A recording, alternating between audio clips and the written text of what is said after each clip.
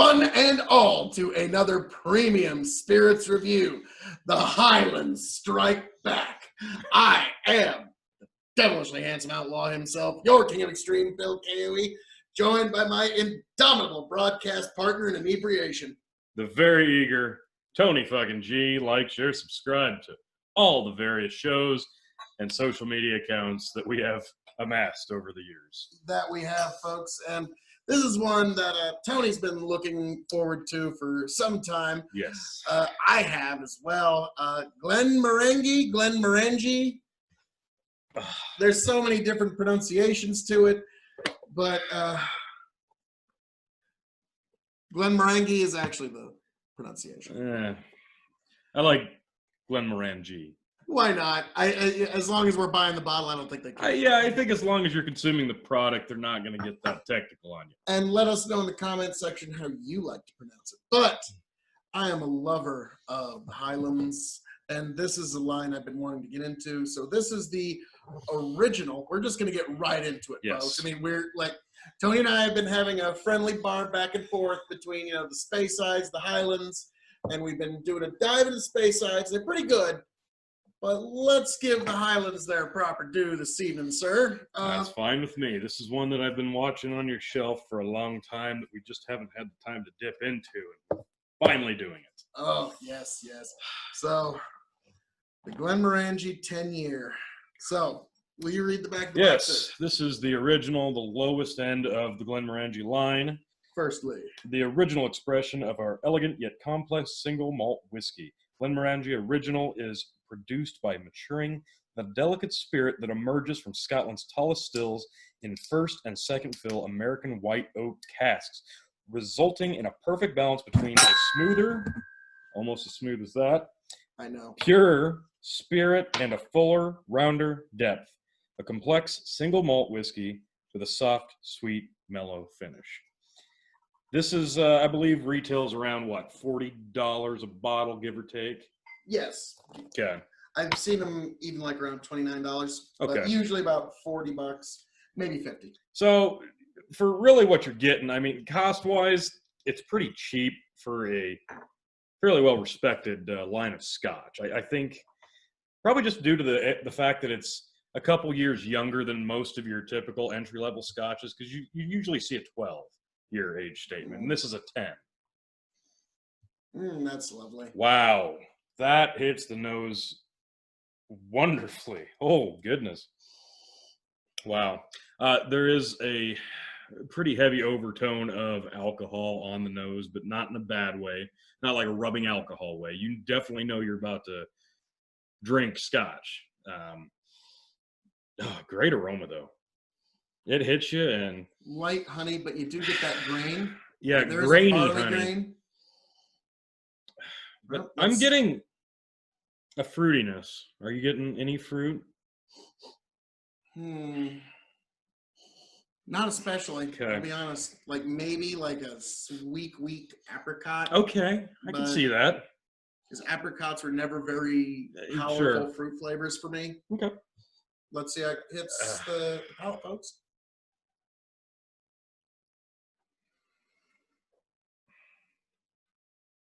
Spicy. Very subtle honey. Warm. Like a toasted oak. Yeah, that's a lot warmer. That's spicy. This is wintertime. Oh, yeah. I was just thinking cold weather whiskey right here. Yeah. Wow. It definitely, the alcohol nose does reflect the flavor. That's nice, though. That is a nice... What is the ABV on this? I'm suspecting it's 40, but we shall see. It tastes much higher. That it does. 43% alcohol by volume. So you're right. It is higher than 40. And there is a spice. Very. Dare I say a kick. There is a little kick there. I'm getting a lot of tingle left in the back of my mouth. Save a little of this back for nose comparisons. So, but now before we move on, scoring. As a single malt Scotch, 5 stars, good sir. I will give this a 3.25. 325. Yes. I'm saying that because, as you mentioned, I think this is a very specific cold weather type scotch. This isn't one you're going to want to sit out on the back porch and sip next to a fire. Not in June. No, not in 3 o'clock in June. the afternoon No. on a lazy Sunday. No. Yeah, this is kind of a specific one. It's good. It's very spicy. It's interesting.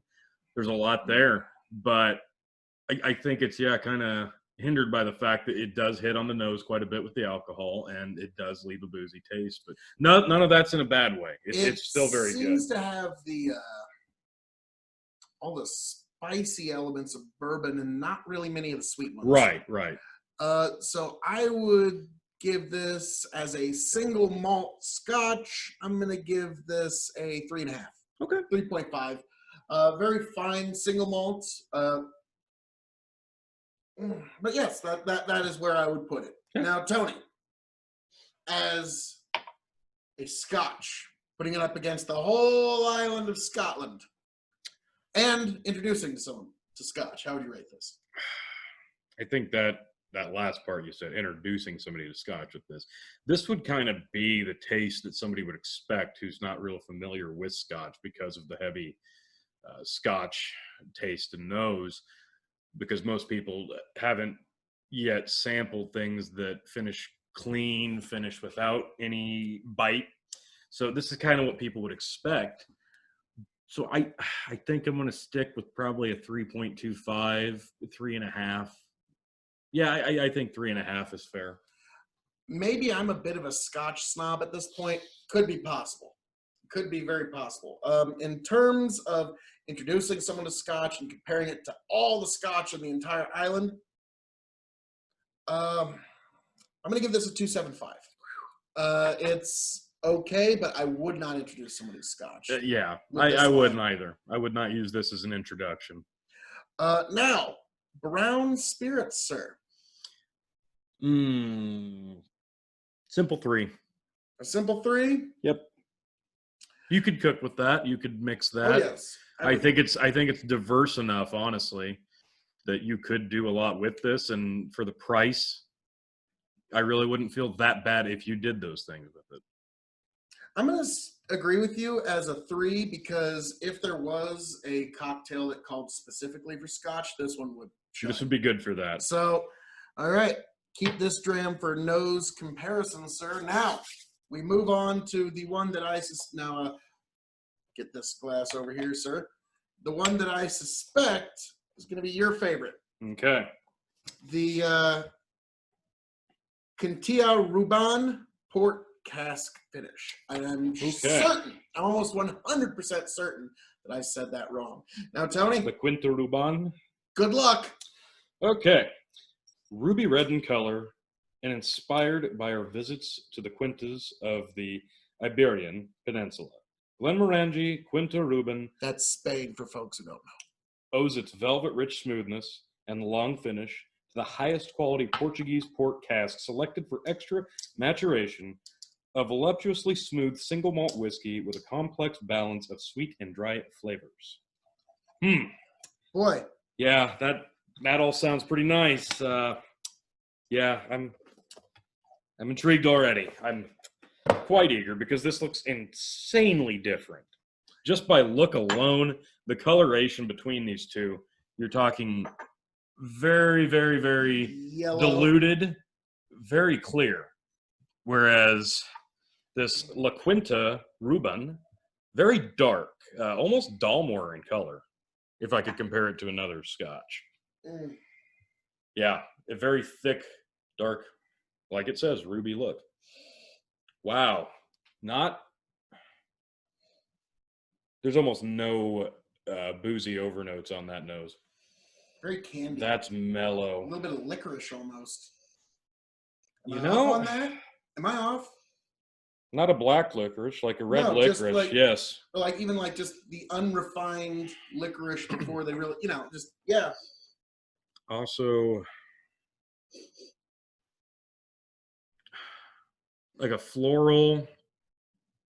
I'm not getting any fruit. It's a flowery scent.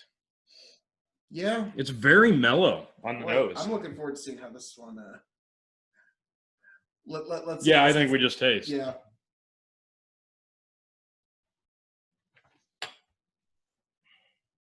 Mm. It's like brownies and dessert on a glass. Like Yeah. that is dessert in a glass. Like that was Yeah, the it first is. thing that hit my brain was brownies. Mm. When it hit my tongue was just that Wow. thick, warm, chocolatey consistency. I mean, Oh yeah. Does that not? Am I wrong? Almost like an ice cream drizzle topping flavor. Very chocolatey. I don't want to use the word caramel, but I could see it.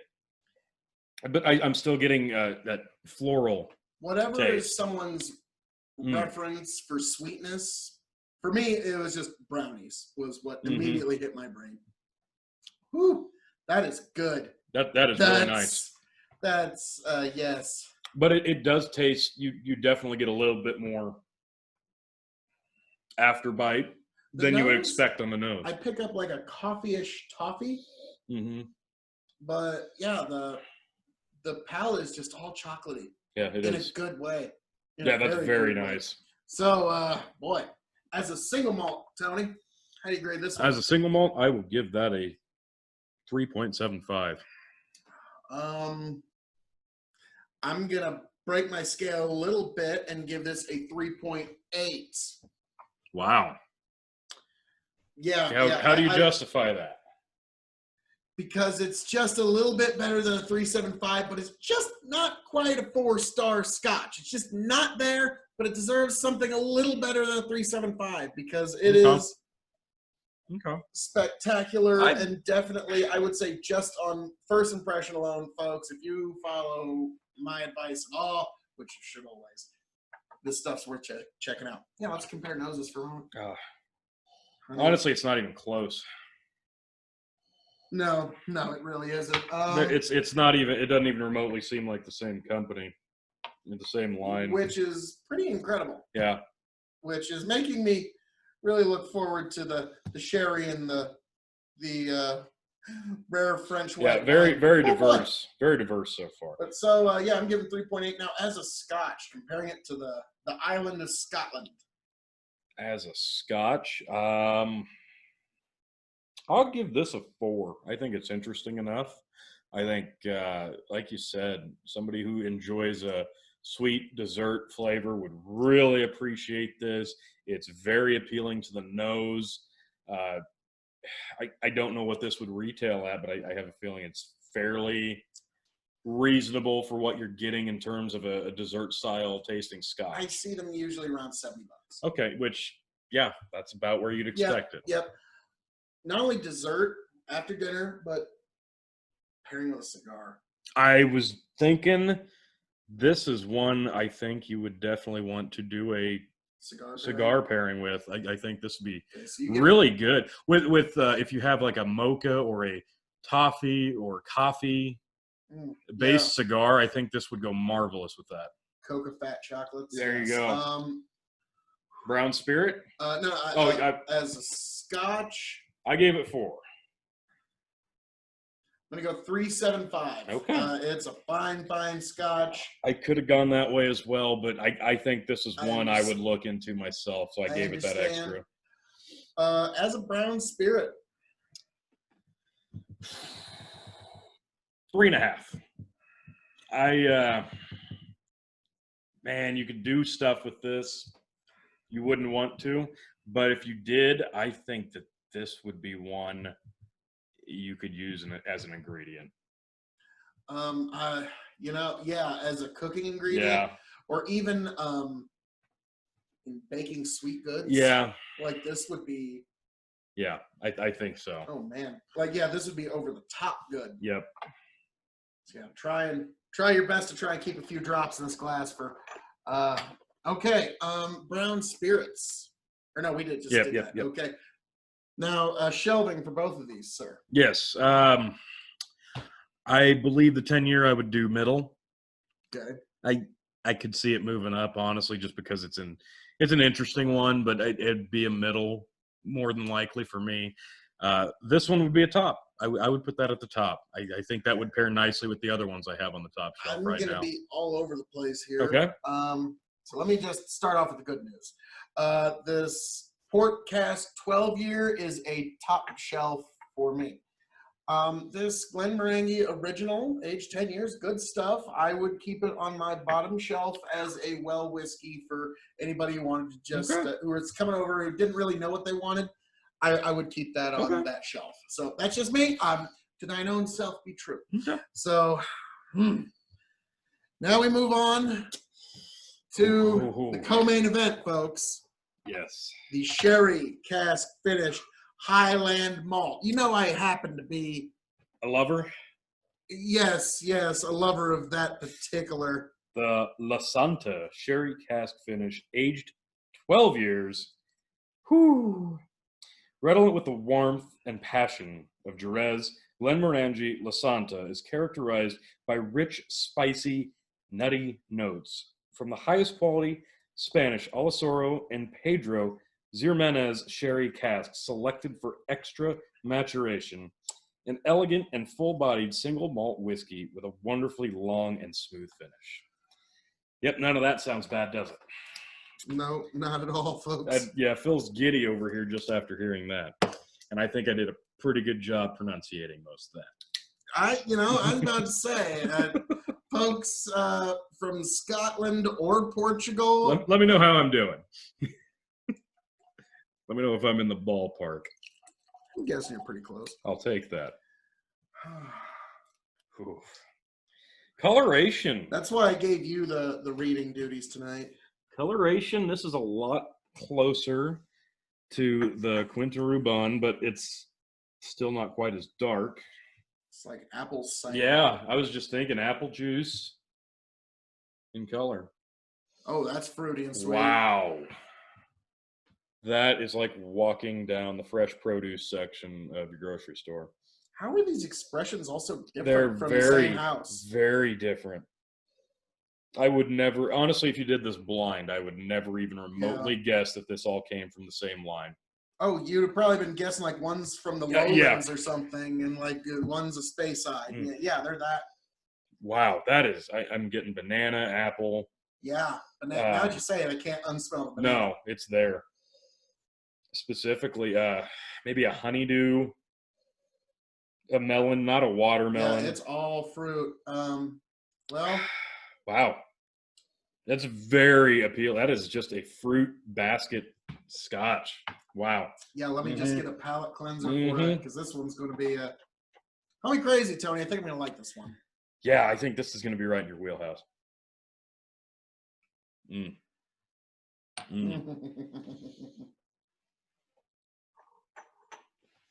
Oh, wow. Oh. Well, that's interesting. I was about to say, so tastes a little more up your wheelhouse towards the end there. Yeah, I was going to say, that's a tale of two scotches in one sip there. Because I was about to say, it's got like a minty, dare I say, Irish whiskey finish. The finish, I was thinking buttery, minty. Yeah, on the back end there. That was a very surprising. I say very oily. Yeah. Not picking up a lot of the fruit in the palate. I was thinking that with the initial taste, and I worked it around my mouth a minute. You could get that smell in your mouth, but as soon as I swallowed it, minty, oily, buttery finish.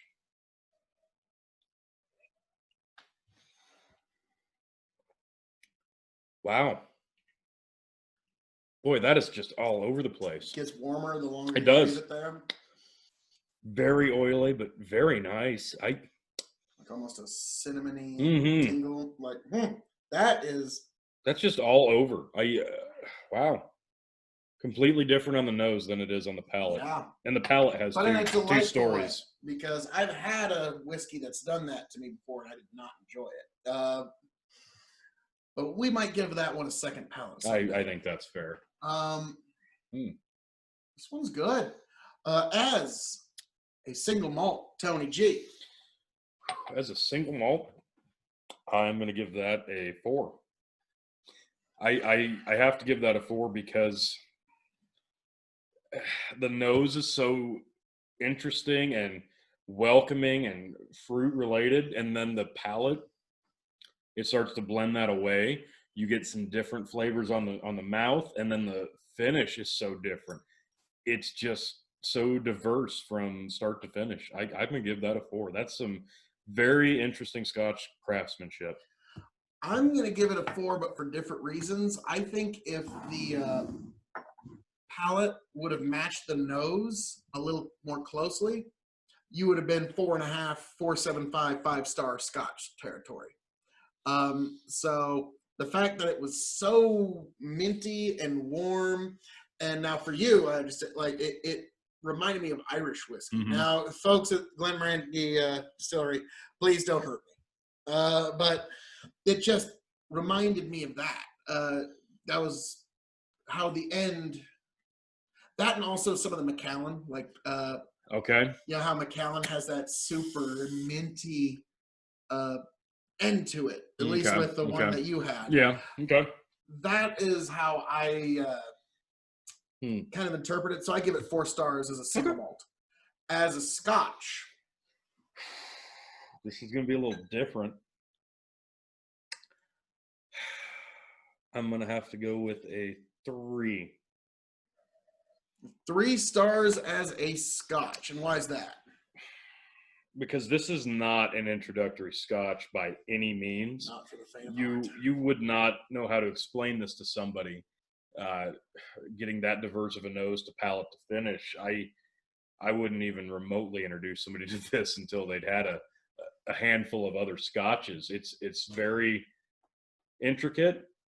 I think it's kind of a down the road type Scotch, but it's specific. Somebody who enjoys that nose and that taste, it's very specific to. I don't think this would appeal to a broader range of Scotch drinkers. I could be completely wrong on that, but I think this kind of more a niche lane. Yes, I do agree, and that's why I'm going to go 3.25 Okay. as a Scotch because it is a little more down my lane, but Sure, it sure. ends a little closer down your lane. You So know, I think it that's- appeals to both of us on different levels, yes. which is pretty impressive for as diverse as it is.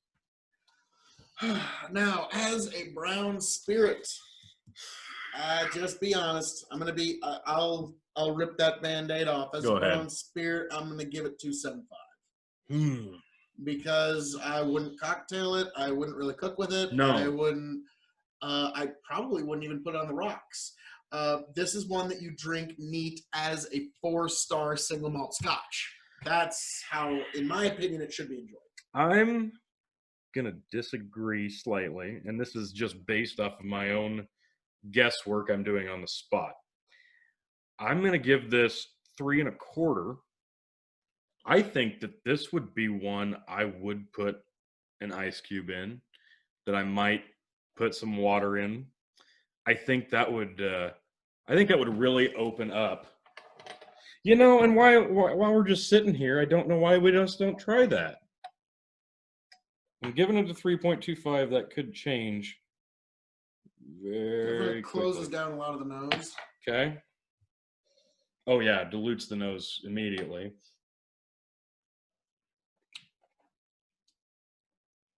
Takes a lot of the bite out. Oh wow. The oily taste is still there, but I'm getting a lot more fruitiness Little on the bit. palate. Yeah. I think this would go very nicely on ice. I think this would be a good one to actually make cold. Some are better room temperature. I think this one would be good cold. That'll have to be our second take on this Okay. particular one. And keep your eyes in the space, folks. Mm. God, you gotta love the products of Scotland. Okay, well, the main event. You want to shelve this one first? Nectar Dor. Yeah, what shelving would you put this one on, sir? I would go top. I think that's an interesting one. Again, not a starter, but I think it would. If somebody asked about your top shelf, I think this would look and sound good if you were explaining it. Understand how painful this is for me to say. Okay. As a Highland malt lover, a lover of sherry malts, middle shelf.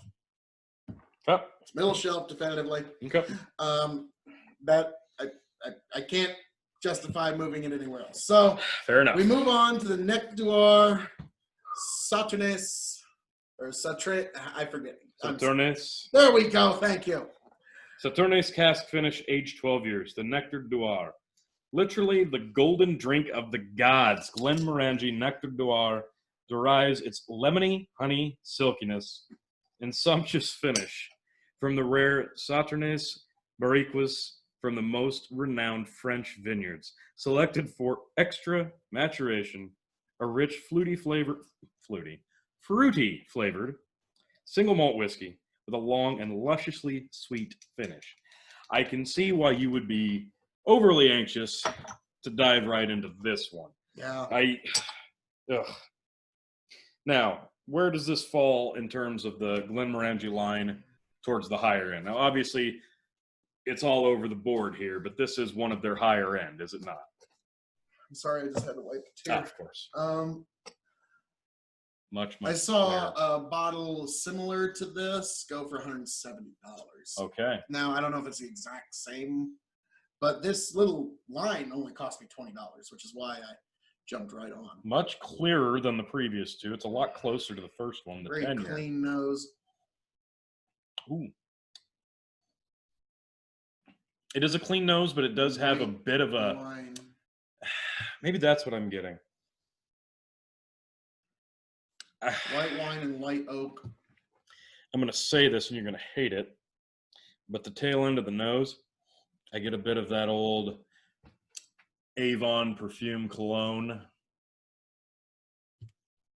No, maybe, but if it were to be any perfume, I'm getting Chanel No. 5. But that's just, All right. Digging deep, folks. Digging deep. Oh, it's a good nose. Yes. So it's very subtle, semi-sweet. It's a nice nose. This is like the wine of whiskeys. Yeah, you definitely get. I'm smelling like a Chardonnay when I smell this. Yeah, I'm betting it's probably a similar species of grape. Okay. Let's all right. down the hatch.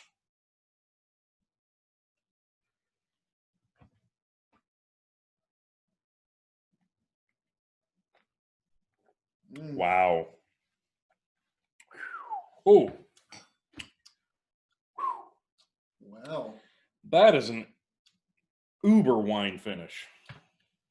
Oh, wait a minute. Let it settle. Ooh. There's a touch of spice on the back. Yeah. An oily, like honeyed spice. Like allspice on the back. But you're right. It's just all like it's the front and middle and all but the very, very end of the back is just this marvelous wine. And I don't even know if it's a allspice finish almost, but like kind of that bubbling of wine on your tongue. Yeah. I love it. I love this. Oh, this is that is it's a sugary start and a spicy finish, but yes, a wine taste through and through. That's really nice. That is a really nice one. Yeah. Wow. Oh my. Okay. So try not to break the scale. Do I have to? Yeah, try not to. As a single malt, I'm going to give this 4.5. 4.5 as a single malt. Yeah, I wasn't even able to think straight there for a second. It's just that good. I am going to say 3.75 on a single malt. Yeah, we're all wrong once in a while. It's okay. As a Scotch. This does not fall into a standard Scotch category for me. This is very, very intriguing, but it's not at all what you would expect. I got to be honest, this is a very interesting line, start to finish so far. So I am going to say 3.5. It's good. I'm going to go 4.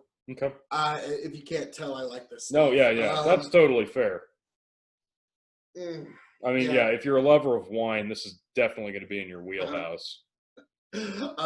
Actually, in fact, funny you should mention that. Oh? Just the other day, I won the golden bottle, and I'm the master of wine within my own podcast. So funny you should mention. Congratulations. Thank you. Thank you. Well deserved. Thank you. So I will place that with all my other many trophies. But yeah, and the nose, the port is the only one that's even close. Okay. But it's completely different. Yeah. Like it's starting to open up, and it's got like almost kind of a smell the port now. It's got almost like a firewood quality. Yeah. Oh yeah. A char. Yep. Oh yeah. It's got to open up a bit. Mm-hmm. So, as a brown spirit, 3. I don't think you could do a lot with that. I know you would try, but I think it's very specific. That's on a bit of an island of its own. Yeah. I mean, if you're trying things with this, you're getting weird and creative. Yeah. Like you're mixing just like 25 milliliters of this with Prosecco or some crazy, like, I don't know what you would even. Yeah. Nothing really comes to mind, honestly. As a brown spirit, yeah, I'm going to agree. It's a 3-star. It's meant to be enjoyed neat, pretty much like this entire line, other than maybe the sherry cask. But even that, I would enjoy neat. So, shelving, Tony G. That, I could go middle or top, depending on what my inventory was like. But I think that's pretty clearly a top. I was about to say I couldn't. It would be on my top shelf. Fair. I would make room for it. And that's completely fair. It's an acquired taste. Acquired, interesting, and I think that's one that, again, if somebody is sitting down with you asking you about your top shelf, that's a really intriguing one to have up there. Yeah. This is going to be my top shelf. So now, Tony, out of all the noses, which one do you like the best? I think I'm going to say, oh man, I'm torn. I'm a bit torn between the LaSanta and the Quinta Ruban for different reasons. The sherry and the port? Yes. I think I would go with the port, though. I could see that. The port's going to be my second place. Obviously, the Nectar Dor is my number 1, 2, 3, and 4 in terms of nose. Sure. But yes, then I would go the port as the next best. The sherry has an amazingly good nose. Just it's unfortunate that the palate didn't reflect it. And the beginning line still giving us some good honey. Yeah, absolutely. So Glenmorangie, however you like to say it at your home, folks, however you like to say it when you're at your bar enjoying this incredible product. Enjoy it however you like. I am a very, very satisfied customer with this particular product.